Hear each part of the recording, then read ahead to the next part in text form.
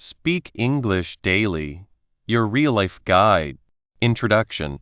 Do you ever feel stuck when you try to speak English? Do you think in your own language, look for the right English words, and then miss the chance to say something? It can feel like a puzzle. You want to talk about your day, your favorite things, your job, or just have a friendly chat. You want to connect with people, not just get a good grade. What if you could learn to speak English that sounds natural, like you've spoken it for a long time? What if you could talk about your daily life with real confidence, without always changing words in your head? This book, Speak English Daily, your real-life guide, is here to help you. It's your friendly, helpful guide to speaking English well and feeling sure of yourself every day. Many of us learned English like studying for a test. We learned grammar rules and word lists. But when we try to talk, it's different. Think about it. Do you often need to explain grammar rules in a chat with a friend? The English we learn from books is not always the same as the English people use every day. And that thinking in your head? Your brain works hard, changing your thoughts from your language to English, one word at a time. This makes you slow. It makes you feel shy. And sometimes you make mistakes. You might know many English words, but when you need to use them fast in a talk, it feels hard. The result? You might feel sad. You might not feel as sure of yourself as you want. You might feel like you are not getting better as fast as you hoped. But there is a simpler, more natural way to learn. This book is based on a simple, strong idea: real-life English practice. What does this mean? It means learning and using English the way people actually speak it every day. It's about the words they use, how their voices sound, and how talks flow. Imagine learning from a friend. Let's call him Tom. Tom speaks clearly, and he speaks at a speed that is easy for you to follow. He is not just reading from a book. He's sharing how he would naturally talk about his day, what he does when he wakes up, what he eats for lunch, how he rests in the evening. Your first step is to train your ears. By listening to this real, everyday English, you start to hear the sounds, the beat, and the common phrases. Then, you focus on understanding what it all means. We will break down phrases and explain the situations so you know why certain words are used and how they fit together. And this is where you get better, by saying what you hear again. When you practice saying these phrases out loud, you are teaching your body to speak. You are teaching your mouth and your brain to make these natural-sounding phrases without thinking too hard. This way helps you stop changing words. Instead of asking yourself, "How do I say this in English?" you will start to think directly in English phrases that you have practiced and made your own. It's about connecting what you want to say with how you say it in English. So, what will you get from this? Our main goal is to help you stop changing words and start thinking in English. As you practice with these real-life phrases, your brain will start to make sentences in English. This will make you speak faster and smoother. When you can say what you want easily about your daily life, your confidence will grow. You will feel more comfortable starting talks, joining discussions, and meeting people. This book will help you feel good talking about the important parts of your day, your morning, like waking up, and getting ready, your afternoon, like work, study, or going to places, and your evening, like dinner, hobbies, and getting ready for sleep. You will learn phrases that you can use right away in real talks. No more feeling not ready for common things. The title tells you everything. Speak English Daily. This book is made for you to practice a little bit every day. Even a few minutes each day can make a big change. Each part of this book will guide you through listening to common phrases, understanding them, and practicing them by repeating. We really want you to join in and practice a lot. Think of this book as your own English practice friend. The more you practice, the more natural and easy your English will be. Are you ready to change how you speak English? Are you ready to talk with confidence about your daily life? Let's start this fun trip together. Turn the page and let's begin speaking English naturally and with confidence every day. 1. Practicing English in everyday life. Hello there. Tom, the English teacher here. We've been talking a lot about why learning English is important and how to get started. Now, let's get to the really exciting part, actually using English every single day. It might sound a little scary at first, but I promise, it's simpler than you think, and it's the most powerful way to learn. Think about your day. You wake up, you eat, you work, you relax, you sleep. Your life is full of things you do every single day. These are not just daily tasks. They are your personal English classroom. We're going to learn how to turn your everyday moments into opportunities to speak and understand English. This is what we mean by real-life English practice. It's not about sitting with a heavy grammar book for hours. It's about finding English in the things you already do and using it. Let's start with a little story. When I was first learning languages, I used to think I needed to be in a special place, like a classroom, to practice. I'd study verb tenses, memorize long lists of words, and then feel stuck when I tried to talk to someone. I remember one day, I was trying to order coffee. I knew the words, but my brain went blank. I started translating in my head. I want a coffee with milk. It took so long and I felt so awkward. Then I met a friend who had lived in another country for a year. She didn't study much grammar. She just lived her life and spoke English. She told me, "Tom, English is everywhere. You just have to open your eyes and ears." That was my aha. She was right. English wasn't just in books. It was on the signs, in the music, in the conversations around me.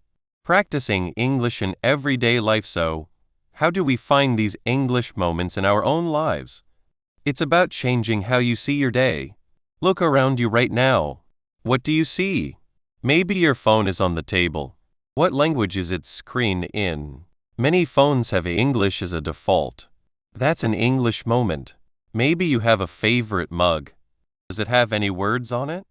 Or perhaps you're planning your grocery list. You can write it in English. It's not about being perfect. It's about starting to use the English you already know, or the English you are learning in the situations you are already in. Think about your morning. You wake up. What do? You might stretch, look out the window, or check your alarm. You can start saying these simple actions in English, even just to yourself. I wake up. It is morning. I stretch. Then you might go to the kitchen. You make coffee or tea. You can say, I make coffee. I add sugar. I drink my tea. These are small steps. They don't need to be fancy sentences. The goal is to connect the action you are doing with the English words for that action. This is the heart of real-life English practice. You are not just learning English. You are living it moment by moment. Your daily routine is like a ready-made lesson plan. Let's break it down. Your morning routine as an English lesson. When your alarm rings, instead of just hitting snooze, try saying, "Good morning." Even if you say it softly to yourself, it's a start. As you get out of bed, you can think or say, "I am awake." When you brush your teeth, "I brush my teeth." Washing your face? "I wash my face." Making breakfast? "I make toast." I pour milk. "I eat my cereal." You're already using English for things you do without even thinking. The key is to be aware of these actions and try to put them into simple English words. Don't worry about perfect grammar. I eat breakfast is perfect for now. Your afternoon activities. Maybe you work or study. Even then, there are English opportunities. If you use a computer, many programs and websites are in English. You can try changing the language settings on an app you use often, or look at English news headlines. If you have a break, you can listen to a short English song or a very simple English podcast. Even just 5 minutes counts. If you are commuting, look at the signs. Read them aloud in English. Bus stop. Next station. These are all words you can practice. Your evening wind down. As your day ends, your English practice continues. When you prepare dinner, you can say, I cook dinner. I chop vegetables. I stir the pot. If you watch TV, try watching a short show or a cartoon in English. Don't worry if you don't understand everything. Just listen for familiar words.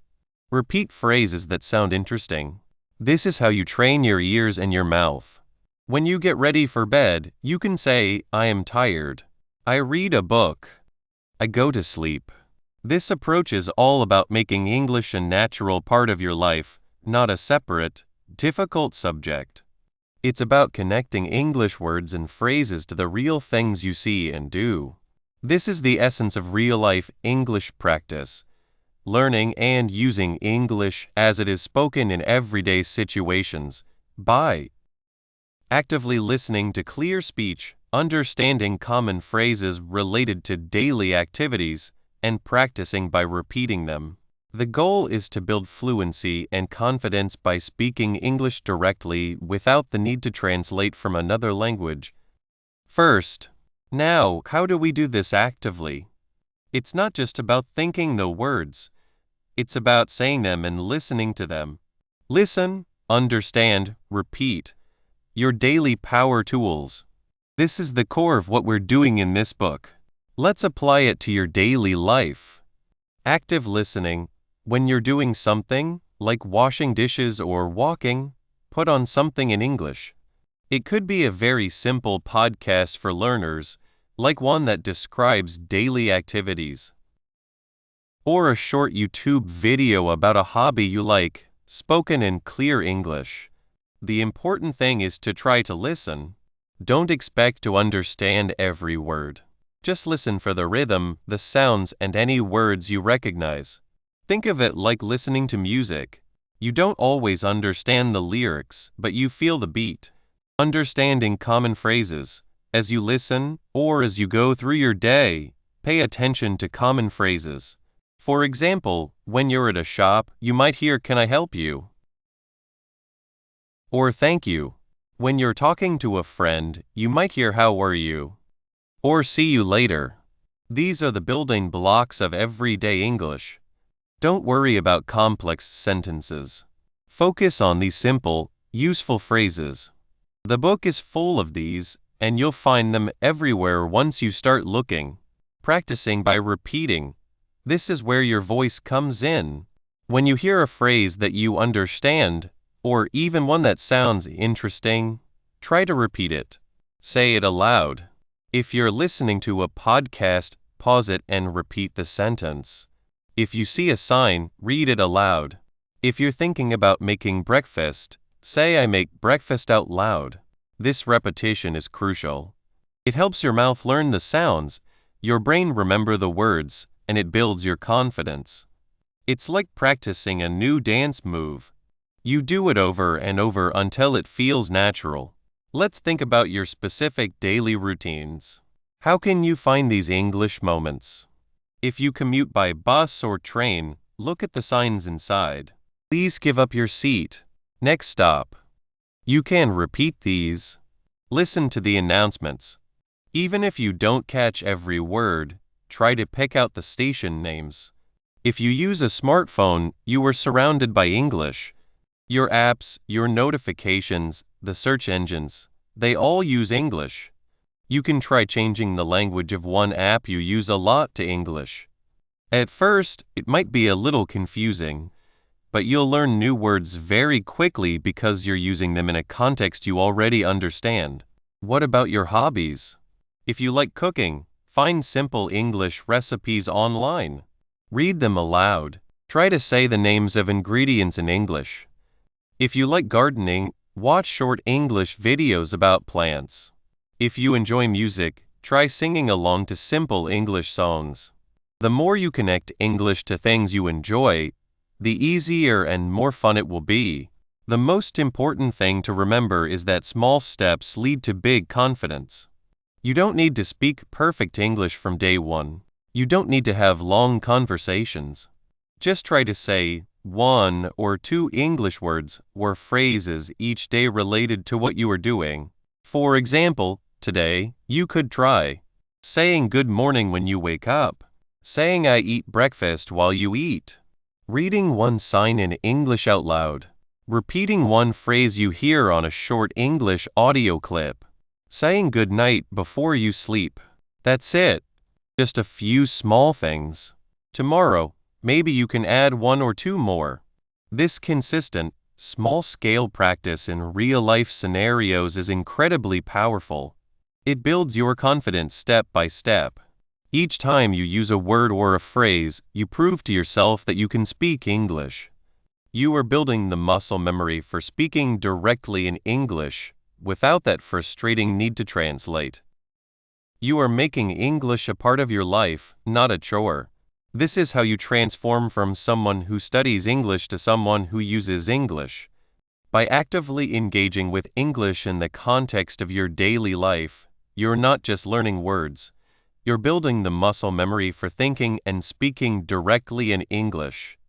This practical immersion lays the foundation for more complex conversations. Next, we'll look at how to take these small steps and build them into specific real-life scenarios where you can put this practice to use. 2. Talking about daily activities. Life is made of many moments, both big and small. We spend most of our time doing normal, everyday things. Think about it: waking up, eating, going to work or school, resting, and sleeping. These are the basic parts of our day. Being able to talk about these simple things in English is very helpful. It's how we connect with other people. When you can share what you did this morning or what you plan to do tonight, you are not just speaking English, you are sharing a part of yourself. This makes talking feel real and personal. Imagine meeting someone new. You want to be friendly, right? Asking about their day or telling them about yours is a natural way to start. Everyone wakes up, everyone eats, everyone has a routine. When you can talk about these common things, you build a connection. You find things you have in common. This is the first step to making friends, whether it's with a new friend, someone you work with, or just someone you meet at a cafe. Talking about daily things is the base for connecting with people. It shows you care about others and are willing to share. It's simple, but it works well. Let's look at the parts of your day. This makes it easier to learn the English words and phrases you need. We can think of the day in parts: morning, afternoon, and evening or night. The morning. This is when your day starts. What do you do first? You probably wake up. Wake up. This is when you open your eyes and become aware. Example: I wake up at 7 o'clock. Get up. This means you actually get out of bed. Sometimes you wake up, but you stay in bed for a few more minutes. Example: I usually get up right after I wake up. Wash your face. You use water to clean your face. Example: I like to wash my face with cold water. Brush your teeth. This is important for clean teeth. Example: don't forget to brush your teeth. Take a shower bath. To get clean. Example: I always take a shower in the morning. Get dressed. You put on your clothes. Example: after my shower, I get dressed. Eat breakfast, the first meal of the day. Example: I usually eat breakfast at home. Drink coffee, tea. Many people start their day with a hot drink. Example: I need to drink my coffee before I leave. Go to work, school. This is when you leave your home to start your main activity. Example: I go to work by bus. The afternoon. This is the middle part of your day. Eat lunch, the meal in the middle of the day. Example: we usually eat lunch around noon. Work. If you have a job. Example: I work in an office downtown. Study. If you are a student or learning something new. Example: I need to study for my English test. Take a break, a short rest during work or study. Example, let's take a break and have some water. Meet friends, to spend time with people you know. Example, I'm going to meet friends after work. The evening night, this is the end of the day. Finish work school, when your main activities are done. Example, I finish work at 5 p.m. Go home, returning to your house. Example, I go home and relax. Cook dinner, preparing the evening meal. Example, I like to cook dinner myself. Eat dinner, the evening meal. Example, we eat dinner together as a family. Watch TV, a common way to relax. Example, I like to watch TV in the evening. Read a book, another relaxing activity. Example, I'm reading a book about history. Listen to music, enjoying sounds. Example, I often listen to music while I cook. Relax, to rest and feel comfortable. Example, I just want to relax on the sofa. Get ready for bed, preparing to sleep. Example, it's time to get ready for bed. Go to bed, to lie down and sleep. Example, I usually go to bed by 11 p.m.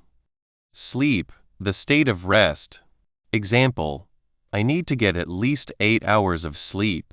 It's a lot of words, but they are all connected to things you do every single day.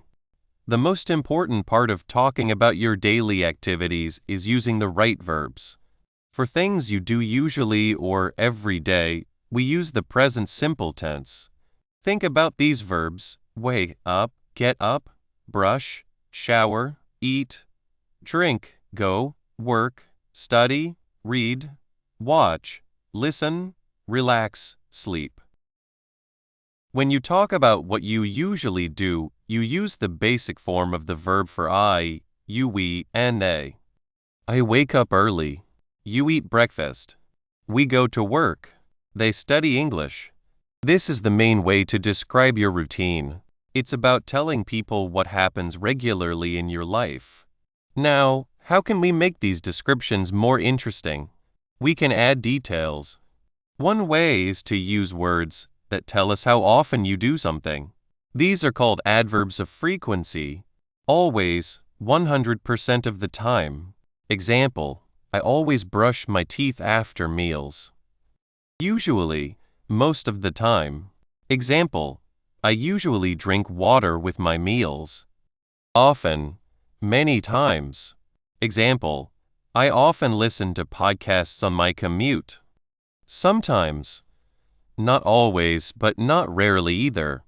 Example, I sometimes eat lunch at a restaurant.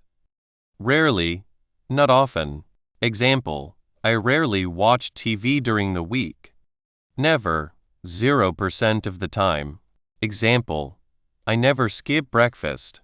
These words help paint a clear picture. Instead of just saying I eat breakfast, you can say I usually eat breakfast or I sometimes eat breakfast. It tells people more about your habits. We can also add time expressions.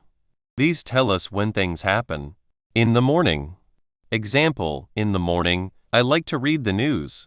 In the afternoon. Example, in the afternoon, I have a meeting. In the evening. Example, in the evening, we watch a movie. At night. Example, at night, I try to relax. Before. This comes before another action. Example, I drink coffee before I go to work. After. This comes after another action.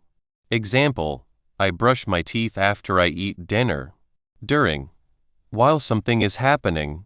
Example, I listen to music during my workout. Every day. Example, I walk my dog every day. On weekdays, weekends. Example, on weekdays, I wake up early. On weekends, I sleep late. Putting it all together, on weekdays, I usually wake up at 7 a.m. After I wash my face and brush my teeth, I often eat breakfast at home. Then I go to work by bus. In the afternoon, I have lunch with my colleagues. In the evening, I sometimes cook dinner, but sometimes we order food. After dinner, I usually watch a bit of TV before I get ready for bed. This sounds much more natural, doesn't it? You're not just listing words. You're telling a small story about your day. Now, let's think about the analytical questions I promised to answer. What are the most common everyday activities that learners need to be able to talk about? And why is mastering these specific phrases a priority for building speaking confidence? The most common everyday activities are those we just discussed: waking up, personal hygiene, eating meals, commuting, working or studying, relaxing, and sleeping. These are the absolute basics of human existence and daily life. Mastering phrases for these activities is a priority for building speaking confidence for several reasons. Universality. Everyone does these things.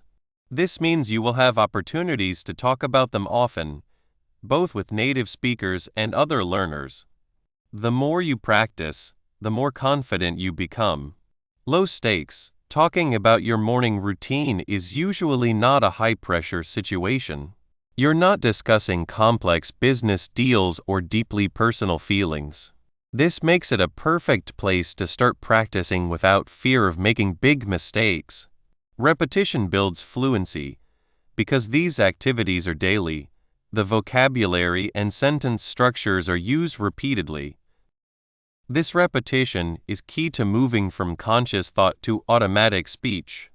You want to reach a point where you don't have to think, "What's the word for eat?" You just say it. Foundation for deeper conversation. Once you can talk about your daily routine, you have a solid base. You can then add more details, talk about your feelings about your day, or discuss specific events. It's like learning the alphabet before you can write a story. Direct application of real-life English practice. This is exactly what real-life English practice is all about. It's not about abstract grammar rules.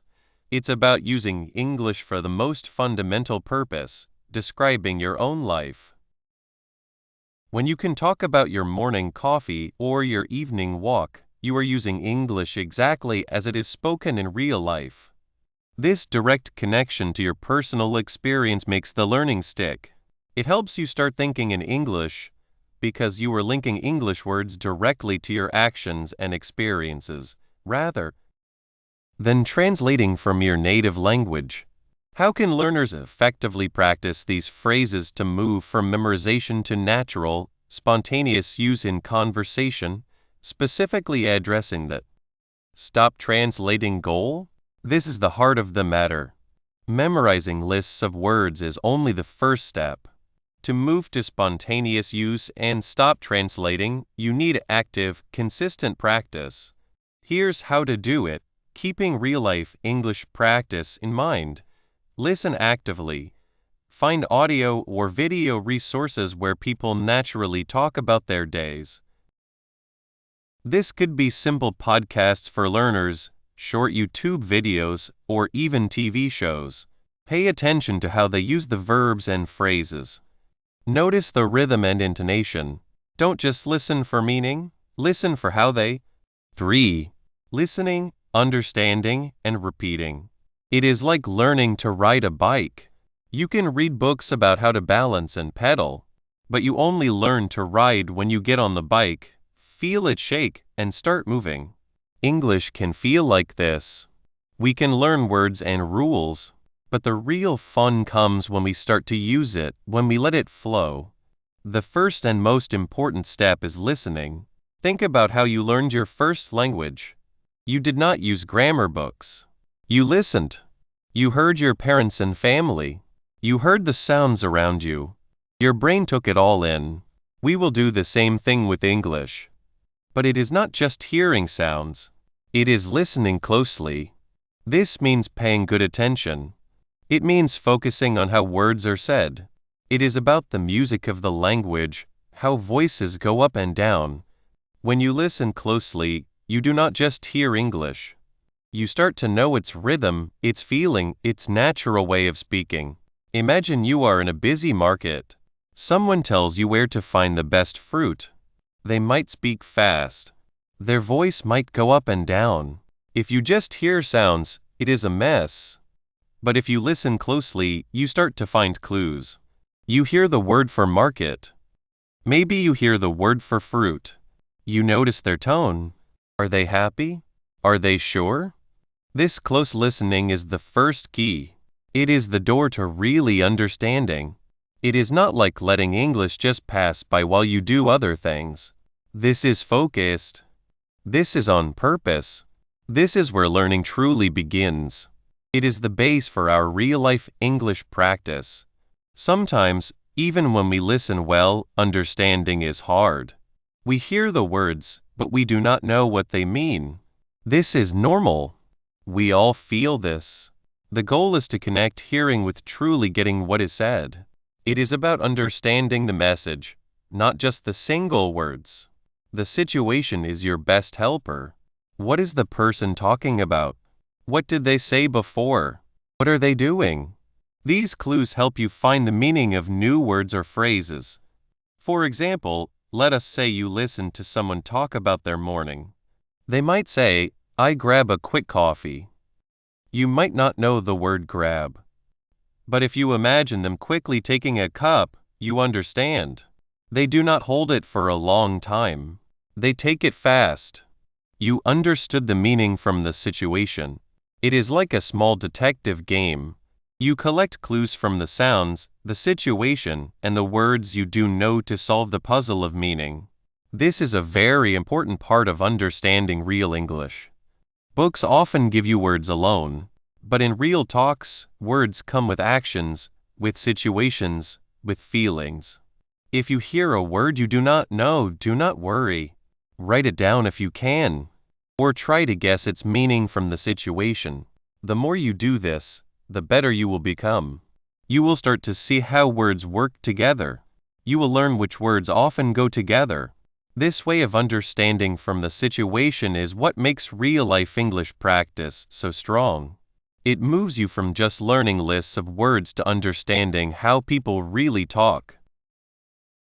It is about understanding the reason for the words, the feeling, the purpose of the talk. Now, after we listen and try to understand, comes the most active part: repeating. This is where learning truly stays. Repeating is not just copying sounds perfectly, though that is also good. It is about training your mouth, your tongue, your ears, and your brain to work together in English. When you repeat a phrase, you tell your body, "This is how we say this." You build a memory for English in your body. Think about the phrase, "I grab a quick coffee." If you say it out loud, "I grab a quick coffee," you feel the rhythm. You notice where your tongue goes for the GR sound. The quick A in grab. The soft K in quick. You are not just hearing it. You are doing it. This repeating helps you learn not just the words, but the whole sentence. You start to feel how the words connect in a natural way. This is much better than just reading the sentence in your head. Saying it out loud makes it real. We can do this in a few ways. You can repeat right after you hear something. This is called shadowing. You listen to a sentence. As soon as it ends, you say it. You try to match how the speaker speaks in speed and tone. It feels a little strange at first, like you are a parrot, but it works very well. It makes you think about the sound and then say it right away. This helps you not to translate. You just listen and speak. You can also repeat phrases later. When you learn a new useful phrase, like "Can you help me please?" say it out loud many times. Write it down and then say it. Record yourself saying it and then listen to it. The more you repeat it, the more natural it will sound. This repeating over time helps it move from your short memory to your long memory. It makes it ready to use when you need it. This is the main part of our real-life English practice, making these everyday phrases automatic. This whole way of learning, listening, understanding, and repeating is directly linked to using real-life English. The English we focus on is not just from books. It is the English people really use when they buy food, talk to a neighbor, or ask for directions. When you listen to these kinds of talks, you hear the real words, the common phrases, the natural way people speak. By listening to and repeating these real examples, you start to learn English as it is spoken. You learn phrases like "How much is this?" Or "Could you repeat that, please?" Or "I'm on my way." These are not just random words. They are tools for real talking. When you practice them, you are not changing "How much is this?" from your own language. You are learning to think in English for that specific situation. You hear the situation, you find the English phrase, and you say it. This is the goal: to speak English directly, without that slow moment of translating. It makes English a natural part of your daily talking. This way also helps you build the confidence to think in English. When you first start, it is normal to think in your own language and then try to change your thoughts into English. This makes you slow and can make you feel unsure. But by always listening, understanding, and repeating real English, your brain starts to change. It starts to make connections directly in English. Imagine you want to say you are going to the park. Instead of thinking, "I want to go to the park" in your language, then changing each word, and then trying to put it together, your brain, by practicing, will start to hear "I'm going to the park." It will know that situation and find that phrase directly. This is thinking in English. It happens slowly as you fill your mind with the sounds, meanings, and ways of speaking English. Every time you listen to a real talk, understand a phrase, and repeat it, you are making those direct English paths in your brain stronger. You are building the base for speaking smoothly and with confidence about your daily activities. Let me tell you a small story. When I first came to a country where people spoke English, I knew many words, but I was scared to speak. I remember going to a small cafe to buy a sandwich. The woman at the counter asked me something very fast. I did not understand any word. I just stood there, my face probably very red. She asked again, a little slower this time, and pointed to the bread. Suddenly, I understood she was asking what kind of bread I wanted. I managed to say white bread. She smiled, and I felt a big feeling of relief. After that, I decided I needed a better way. I started carrying a small notebook. When I heard a phrase I did not quite get, I would try to write down the sounds I heard. Later, I would look them up or ask someone. And then, I would practice saying them. I would say them in the shower, while walking, even to myself in the mirror. I would listen to simple English talks on my phone and try to repeat every single sentence. It felt slow and sometimes hard, but slowly, surely, things started to change. I began to catch more words. I started to understand the questions before I needed them to repeat. And when it was my turn to speak, the phrases started to come out more easily. I was not changing words as much. I was starting to answer directly in English. That moment in the cafe was a turning point, and the simple act of listening, understanding, and repeating was the tool that helped me get through. So, how does listening closely to real English, like the kind you will find in this book, help you understand the small details of everyday talks that books often miss? Books are good for rules and words, but they often do not have the life of language. They do not always show the small pauses, the informal shortened words, the way a question can sound different based on the speaker's feeling. When you listen to real people talking, you hear these small details. You hear how going to becomes kinda, or how what are you doing can sound like what you doing. You learn the natural stops, the little sounds people make when they are thinking, like or These are the things that make talks go smoothly. By listening closely to these real examples, you do not just learn words. You learn the feeling of English. You understand the rules of talking that are not written down, the rhythm that people who speak English use without thinking. This helps you to not just understand the words, but to understand the reason and the feeling behind them, making your own understanding much deeper and more correct in real situations. More than just copying sounds, what special thinking happens when someone understands a new English phrase from the situation, and how does repeating that phrase make that understanding stronger and get them ready for later use? When you hear a new phrase in a situation, your brain is doing many things at once. First, it is trying to match the sounds you are hearing to words it already knows. If it cannot do that, it looks for clues. It looks at the situation. What is happening? Who is speaking? What is the topic? It uses what you already know about English grammar and words to make a good guess. For example, if someone says, "I'm swamped with work today," and you know they are talking about their job, and you see they look tired, you can guess that swamped means very busy. This is a thinking process of guessing the meaning. Once you have understood it, repeating the phrase is very important for making that understanding strong. When you repeat "I'm swamped with work," you are not just saying the words.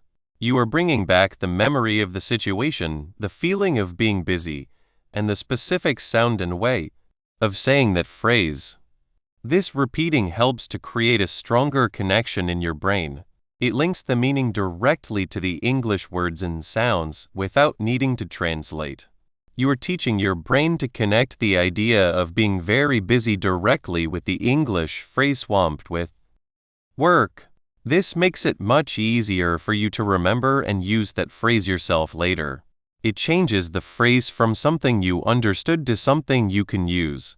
It is like practicing a dance move. The more you repeat it, that 4. Thinking in English naturally. It is strange, is it not? We learn our first language without trying at all. We hear it, we feel things, we see things, and the words just stay with us.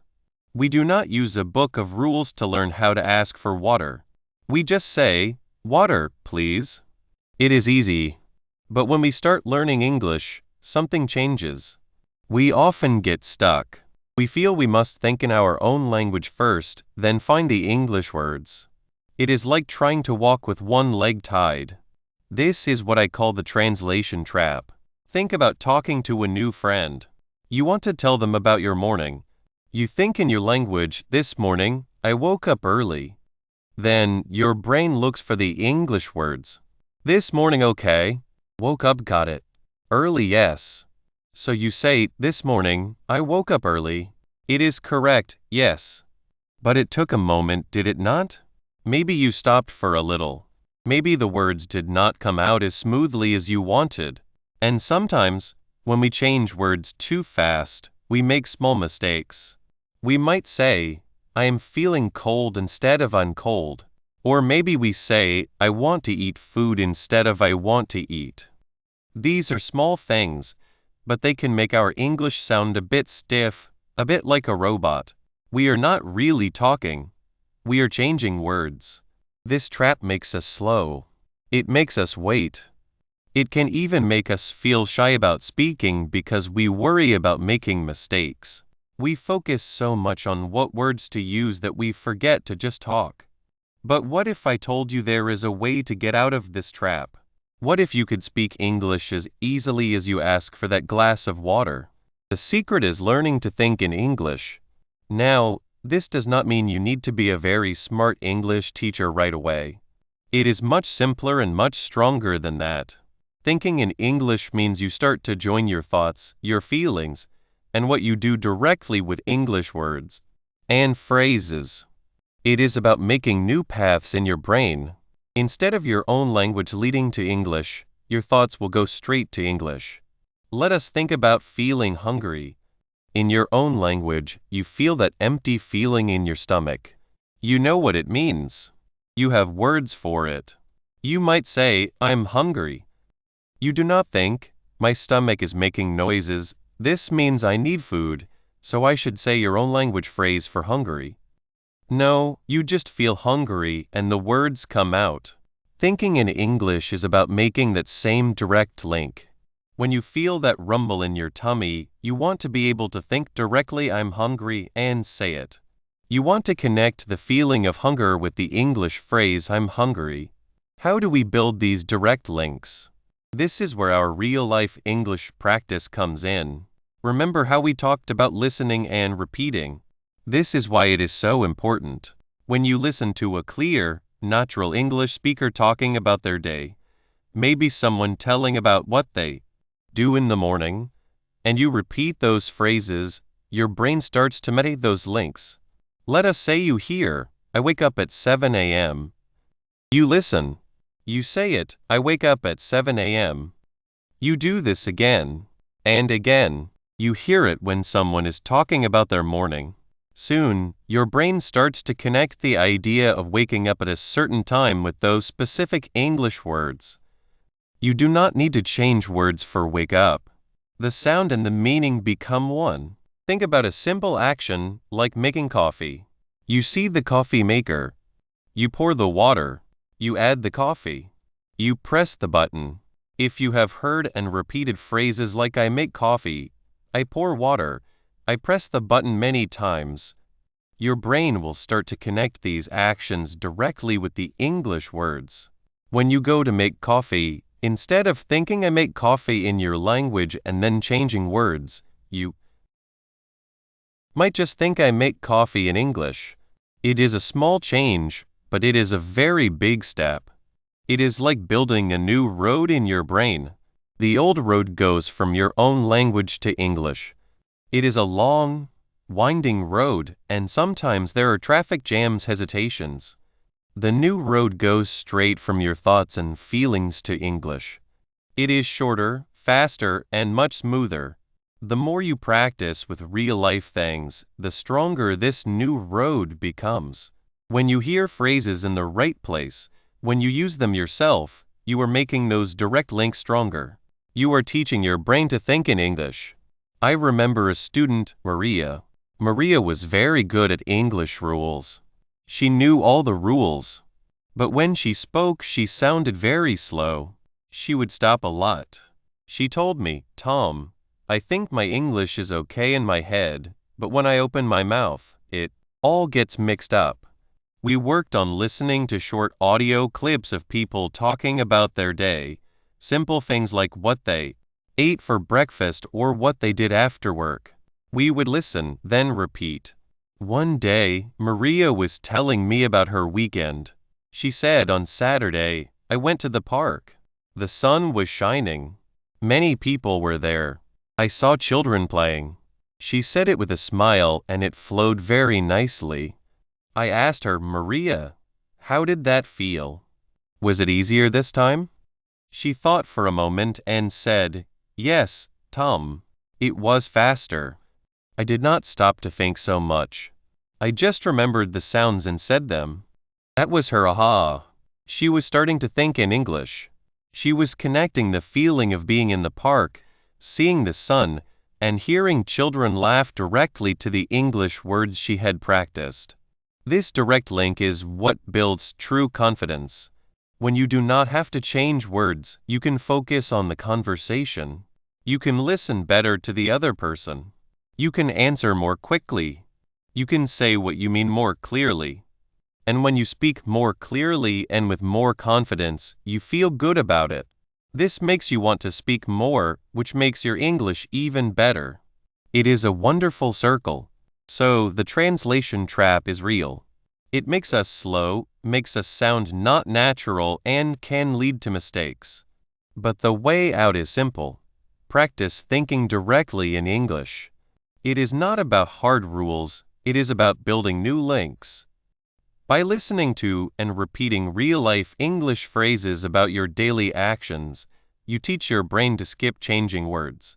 You learn to connect English words and phrases directly with what you experience, how you feel, and what you think. This makes your speaking faster, smoother, and much more confident.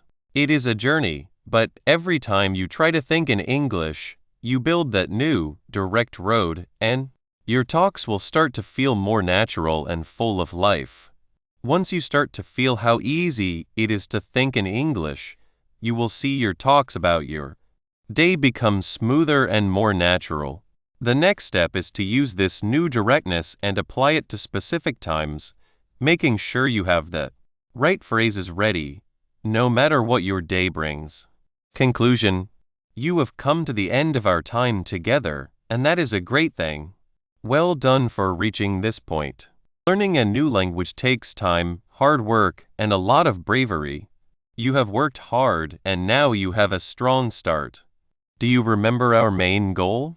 It was to learn useful English for talking every day. We learned to listen well, understand common phrases, and say them many times. This helps you start thinking in English right away and talk about your day with more confidence. You have practiced real English, and that is a strong way to learn. The main thing we have been doing is called real-life English practice. What does this mean? It means learning and using English the way people actually speak it every day, not just from a book. It is about listening to clear English, understanding the words and sentences we use for our daily tasks, like what we do in the morning, in the afternoon, and at night. Then we practice by saying those phrases again and again. The main idea is to help you speak English in a natural way and feel sure of yourself. It is about speaking English directly without stopping to change words from your own language in your head. This makes English a normal part of how you talk each day. Why is this way of learning so good? Think about how you learned to walk or ride a bike. You did not read a book about it first, did you? You listened, you tried, maybe you fell a few times, but you kept going. Real-life English practice works in a similar way. When you listen closely to clear, spoken English, like the way I have tried to speak in this book, slowly and clearly, you understand more.